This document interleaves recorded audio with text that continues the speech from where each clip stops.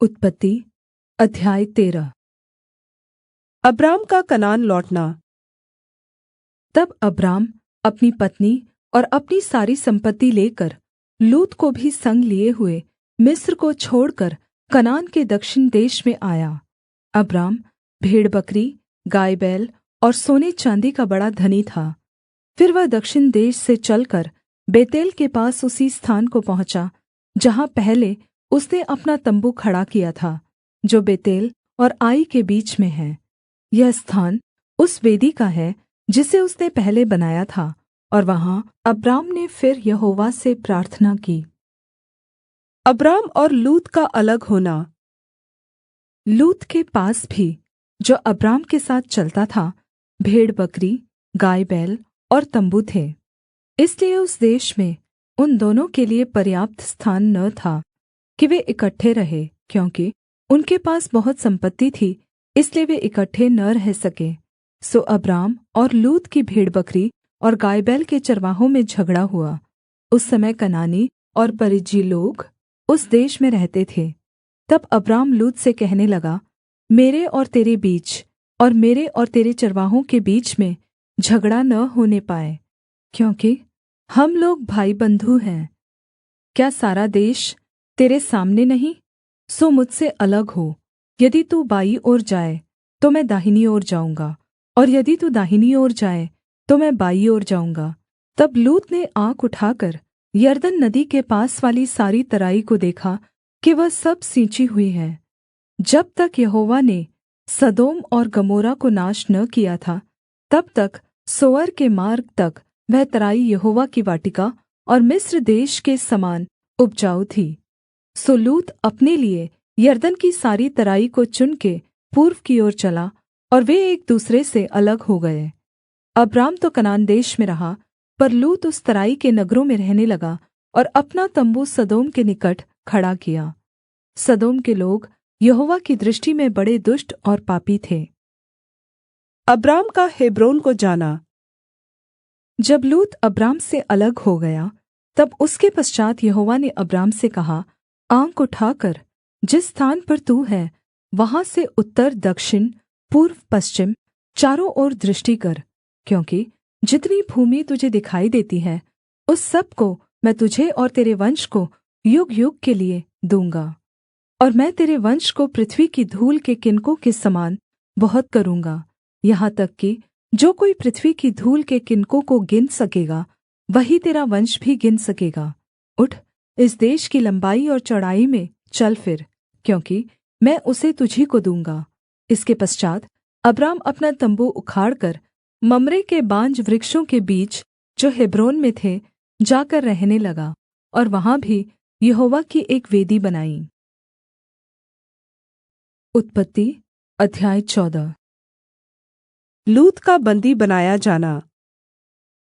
शिनार के राजा अम्रापेल और एलासार के राजा अर्योक और एलाम के राजा कदोर्लाओमेर और गोयीम के राजा तिदाल के दिनों में ऐसा हुआ कि उन्होंने सदोम के राजा बेरा और गमोरा के राजा बिरशा और अदमा के राजा शिनाब और सबोयीम के राजा शेमेबेर और बेला, जो सोअर भी कहलाता है, इन राजाओं के विरुद्ध युद्ध किया। इन पाँचों ने सिद्दीम नामक तराई में, जो खारे नदी के पास है, एका किया। 12 वर्ष तक तो ये कदोर्लाओमेर के अधीन रहे, पर 13वें वर्ष में उसके विरुद्ध उठे। 14वें वर्ष में कदोर्लाओमेर और उसके संगी राजा आए और अश्तारोत में रपाइयों को और हाम में जूजियों को और शावे किर्यातैम में एमियों को और सेईर नामक पहाड़ में होरियों को मारते मारते उस एलपारान तक, जो जंगल के पास है, पहुँच गए। वहाँ से वे लौटकर एन्मीशपात को आए, जो कादेश भी कहलाता है, और अमालेकियों के सारे देश को और उन एमोरियों को भी जीत लिया, जो हसासोनतमार में रहते थे। तब सदोम, गमोरा, अदमा, सबोयीम और बेला, जो सोअर भी कहलाता है, इनके राजा निकले और सिद्दीम नाम तराई में उनके साथ युद्ध के लिए पाँति बाँधी, अर्थात् एलाम के राजा कदोर्लाओमेर, गोयीम के राजा तिदाल, शिनार के राजा अम्रापेल और एलासार के राजा अर्योक, इन चारों के विरुद्ध उन पाँचों ने पाँति बाँधी। सिद्दीम नामक तराई में जहाँ लसार मिट्टी के गड्ढे ही गड्ढे थे, सदोम और गमोरा के राजा भागते-भागते उनमें गिर पड़े, और जो बचे वे पहाड़ पर भाग गए। तब वे सदोम और गमोरा के सारे धन और भोजन वस्तुओं को लूट लाट कर चले गए, और अब्राम का भतीजा लूत जो सदोम में रहता था, उसको भी धन समेत वे लेकर चले गए। तब एक जन जो भागकर बच निकला था, उसने जाकर इब्री अब्राम को समाचार दिया। अब्राम तो एमोरी मम्रे जो एशकोल और आनेर का भाई था, उसके बांज वृक्षों के बीच में रहता था, और ये लोग अब्राम के संग वाचा बांधे हुए थे। अब्राम का लूत को छुड़ाना। यह सुनकर कि उसका भतीजा बन्दी बना लिया गया है, अब्राम ने अपने 318 प्रशिक्षित युद्ध कौशल में निपुण दासों को लेकर, जो उसके कुटुम्ब में उत्पन्न हुए थे, अस्त्र शस्त्र धारण करके दान तक उनका पीछा किया, और अपने दासों के अलग-अलग दल बाँधकर रात को उन पर चढ़ाई करके उनको मार लिया, और होबा तक जो दमिश्क की उत्तर की ओर है उनका पीछा किया, और वह सारे धन को और अपने भतीजे लूत और उसके धन को और स्त्रियों को और सब बन्दियों को लौटा ले आया। जब वह कदोर्ला ओमेर और उसके साथी राजाओं को जीतकर लौटा आता था, तब सदोम का राजा शावे नामक तराई में, जो राजा की तराई भी कहलाती है, उससे भेंट करने के लिए आया। अब्राम और मिल्कीसिदक। तब शालेम का राजा मलिकीसिदक, जो परमप्रधान परमेश्वर का याजक था, रोटी और दाखमधु ले आया, और उसने अब्राम को यह आशीर्वाद दिया, परमप्रधान परमेश्वर की ओर से, जो आकाश और पृथ्वी का अधिकारी है, तू धन्य हो, और धन्य है परमप्रधान परमेश्वर, जिसने तेरे द्रोहियों को तेरे वश में कर दिया है। तब अब्राम ने उसको सब का दशमांश दिया। तब सदोम के राजा ने अब्राम से कहा, प्राणियों को तो मुझे दे, और धन को अपने पास रख। अब्राम ने सदोम के राजा से कहा, परमप्रधान परमेश्वर यहोवा, जो आकाश और पृथ्वी का अधिकारी है, उसकी मैं यह शपथ खाता हूँ कि जो कुछ तेरा है, उसमें से न तो मैं एक सूत और न जूती का बन्धन, न कोई और वस्तु लूँगा, कि तू ऐसा न कहने पाए कि अब्राम मेरे ही कारण धनी हुआ।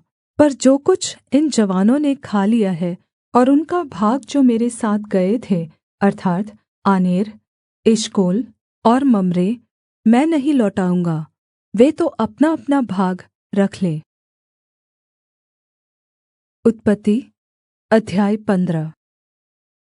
अब्राम के साथ परमेश्वर की वाचा।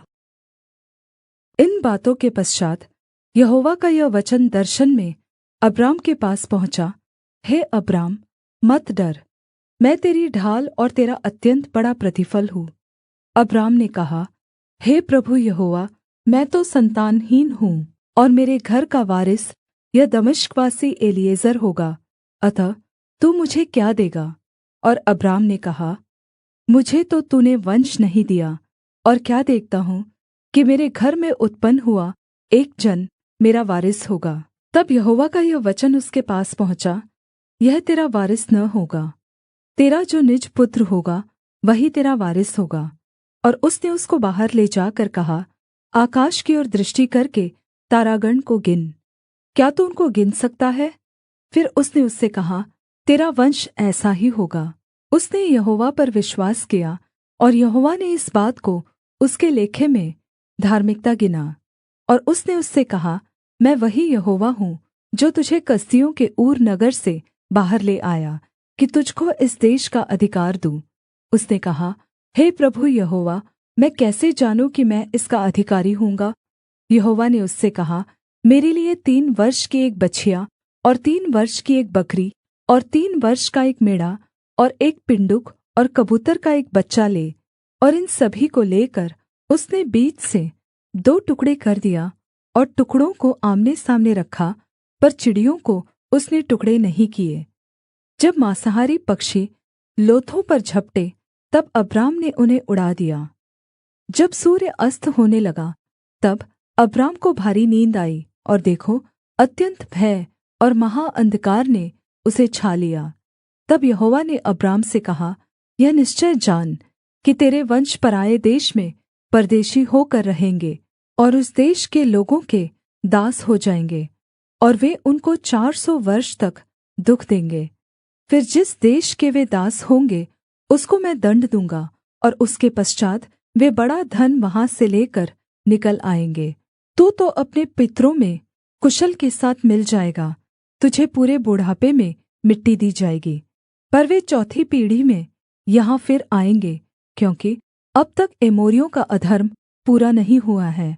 और ऐसा हुआ कि जब सूर्य अस्त हो गया और घोर अंधकार छा गया, तब एक अंगीठी जिसमें से धुआँ उठता था और एक जलती हुई मशाल दिखाई दी, जो उन टुकड़ों के बीच में से होकर निकल गई। उसी दिन यहोवा ने अब्राम के साथ यह वाचा बाँधी, मिस्र के महानद से लेकर फरात नामक बड़े नद तक जितना देश है, अर्थात् केनियों, कनिज्जियों, कदमोनियों, हित्तियों, परिज्जियों, रपाइयों, एमोरियों, कनानियों, गिर्गाशियों और यबूसियों का देश मैंने तेरे वंश को दिया है। उत्पत्ति अध्याय 16। हागार और इश्माएल।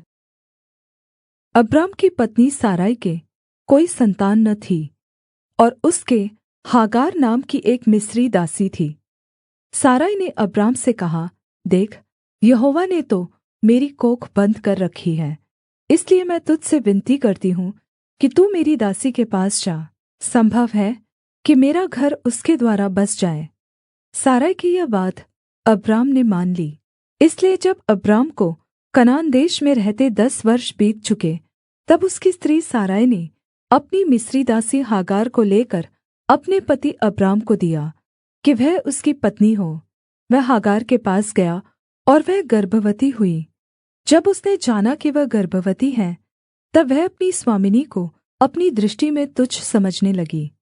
तब साराई ने अब्राम से कहा, जो मुझ पर उपद्रव हुआ वह तेरे ही सिर पर हो। मैंने तो अपनी दासी को तेरी पत्नी कर दिया, पर जब उसने जाना कि वह गर्भवती है, तब वह मुझे तुच्छ समझने लगी। इसलिए यहोवा मेरे और तेरे बीच में न्याय करे। अब्राम ने साराई से कहा, देख, तेरी दासी तेरे वश में है, जैसा तुझे भला लगे वैसा ही उसके साथ कर। तब साराई उसको दुःख देने लगी और वह उसके सामने से भाग गई। तब यहोवा के दूत ने उसको जंगल में शूर के मार्ग पर जल के एक सोते के पास पाकर कहा, हे साराई की दासी हागार, तू कहाँ से आती और कहाँ को जाती है?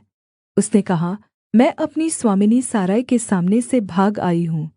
यहोवा के दूत ने उससे कहा, अपनी स्वामिनी के पास लौट जा और उसके वश में रह।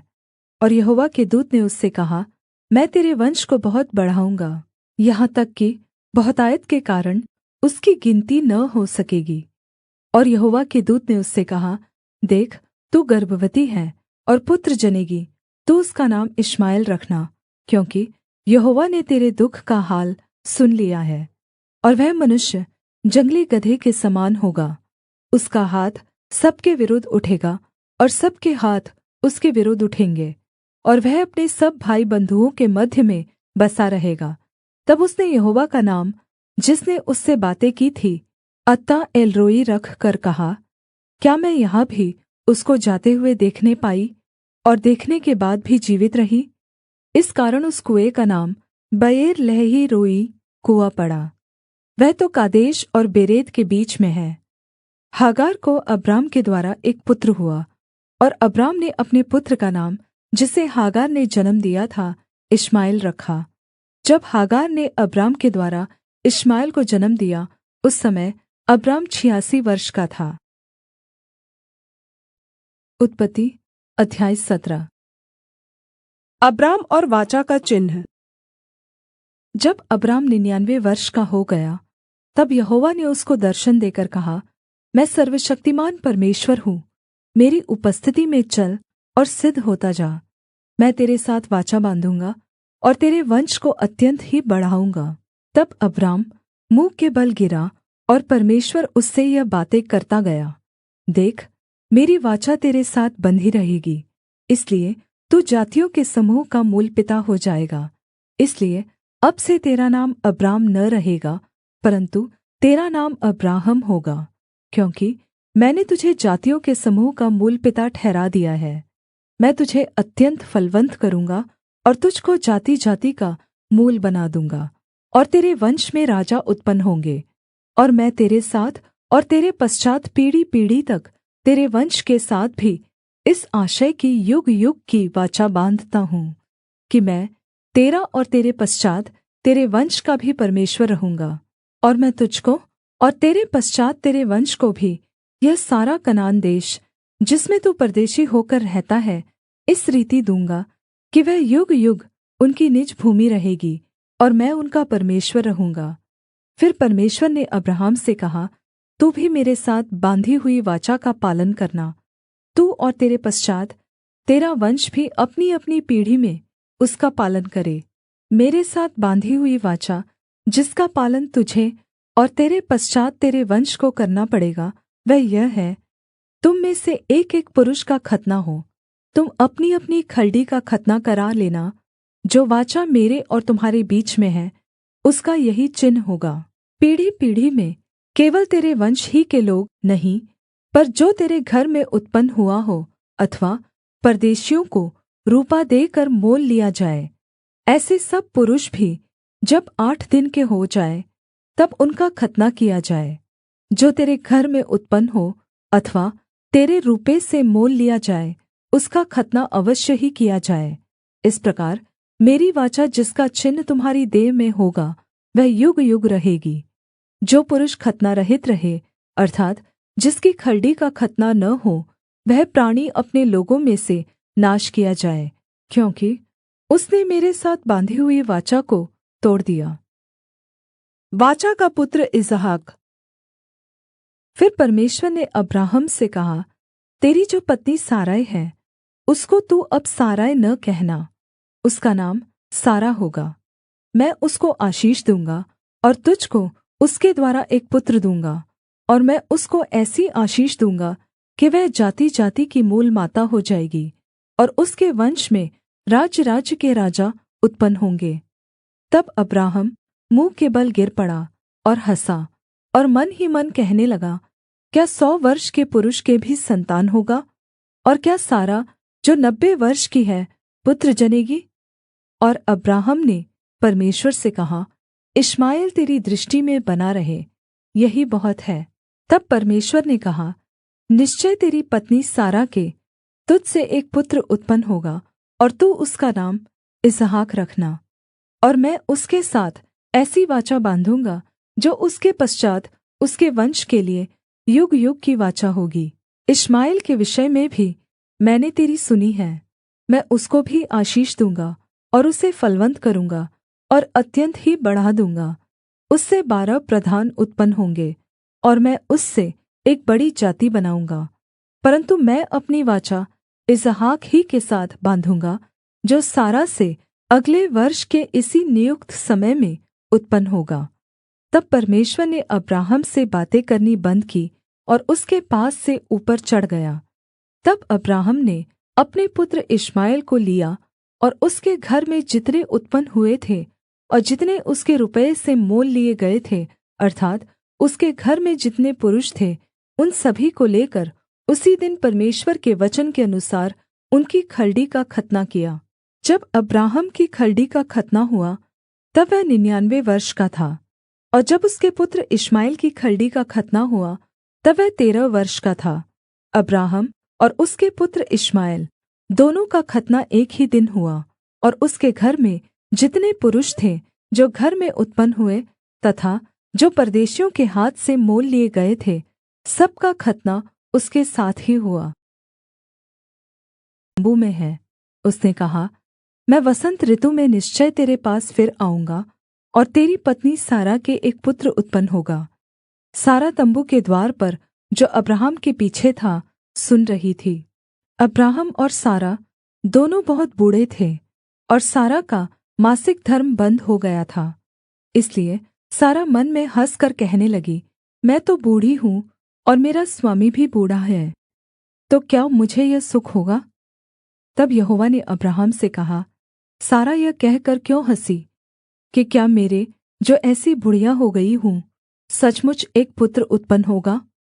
क्या यहोवा के लिए कोई काम कठिन है? नियत समय में अर्थात् वसन्त ऋतु में मैं तेरे पास फिर आऊँगा और सारा के पुत्र उत्पन्न होगा।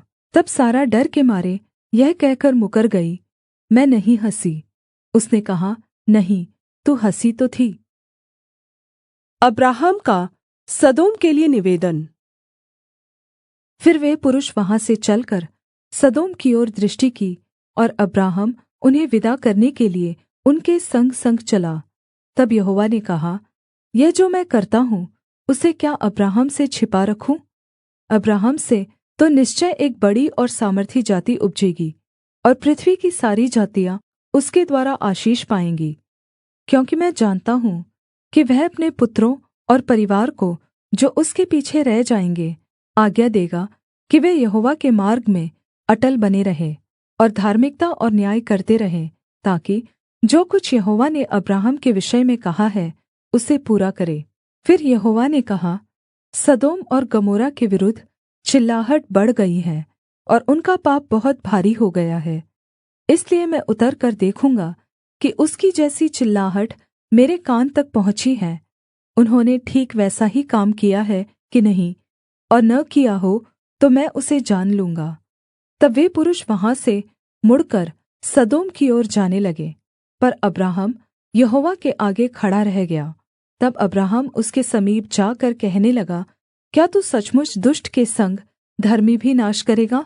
कदाचित् उस नगर में 50 धर्मी हो, तो क्या तू सचमुच उस स्थान को नाश करेगा और उन 50 धर्मियों के कारण जो उसमें हो न छोड़ेगा? इस प्रकार का काम करना तुझसे दूर रहे कि दुष्ट के संग धर्मी को भी मार डाले, और धर्मी और दुष्ट दोनों की एक ही दशा हो। यह तुझसे दूर रहे, क्या सारी पृथ्वी का न्यायी न्याय न करे? यहोवा ने कहा, यदि मुझे सदोम में 50 धर्मी मिले, तो उनके कारण उस सारे स्थान को छोड़ूँगा। फिर अब्राहम ने कहा, हे प्रभु, सुन, मैं तो मिट्टी और राख हूँ, तो भी मैंने इतनी ढिठाई की कि तुझ से बातें करूँ। कदाचित् उन 50 धर्मियों में 5 घट जाए, तो क्या तू 5 ही के घटने के कारण उस सारे नगर का नाश करेगा? उसने कहा, यदि मुझे उसमें 45 भी मिले, तो भी उसका नाश न करूँगा। फिर उसने उससे यह भी कहा, कदाचित् वहाँ 40 मिले। उसने कहा, तो मैं 40 के कारण भी ऐसा न करूँगा। फिर उसने कहा, हे प्रभु, क्रोध न कर, तो मैं कुछ और कहूँ। कदाचित् वहाँ 30 मिले। उसने कहा, यदि मुझे वहाँ 30 भी मिले, तो भी ऐसा न करूँगा। फिर उसने कहा, हे प्रभु, सुन, मैंने इतनी ढिठाई तो की है कि तुझ से बातें करूँ। कदाचित् उसमें 20 मिले। उसने कहा, मैं 20 के कारण भी उसका नाश न करूँगा। फिर उसने कहा, हे प्रभु, क्रोध न कर, मैं एक ही बार और कहूँगा। कदाचित् उसमें 10 मिले। उसने कहा, तो मैं 10 के कारण भी उसका नाश न करूँगा। जब यहोवा अब्राहम से बातें कर चुका, तब चला गया, और अब्राहम अपने घर को लौट गया।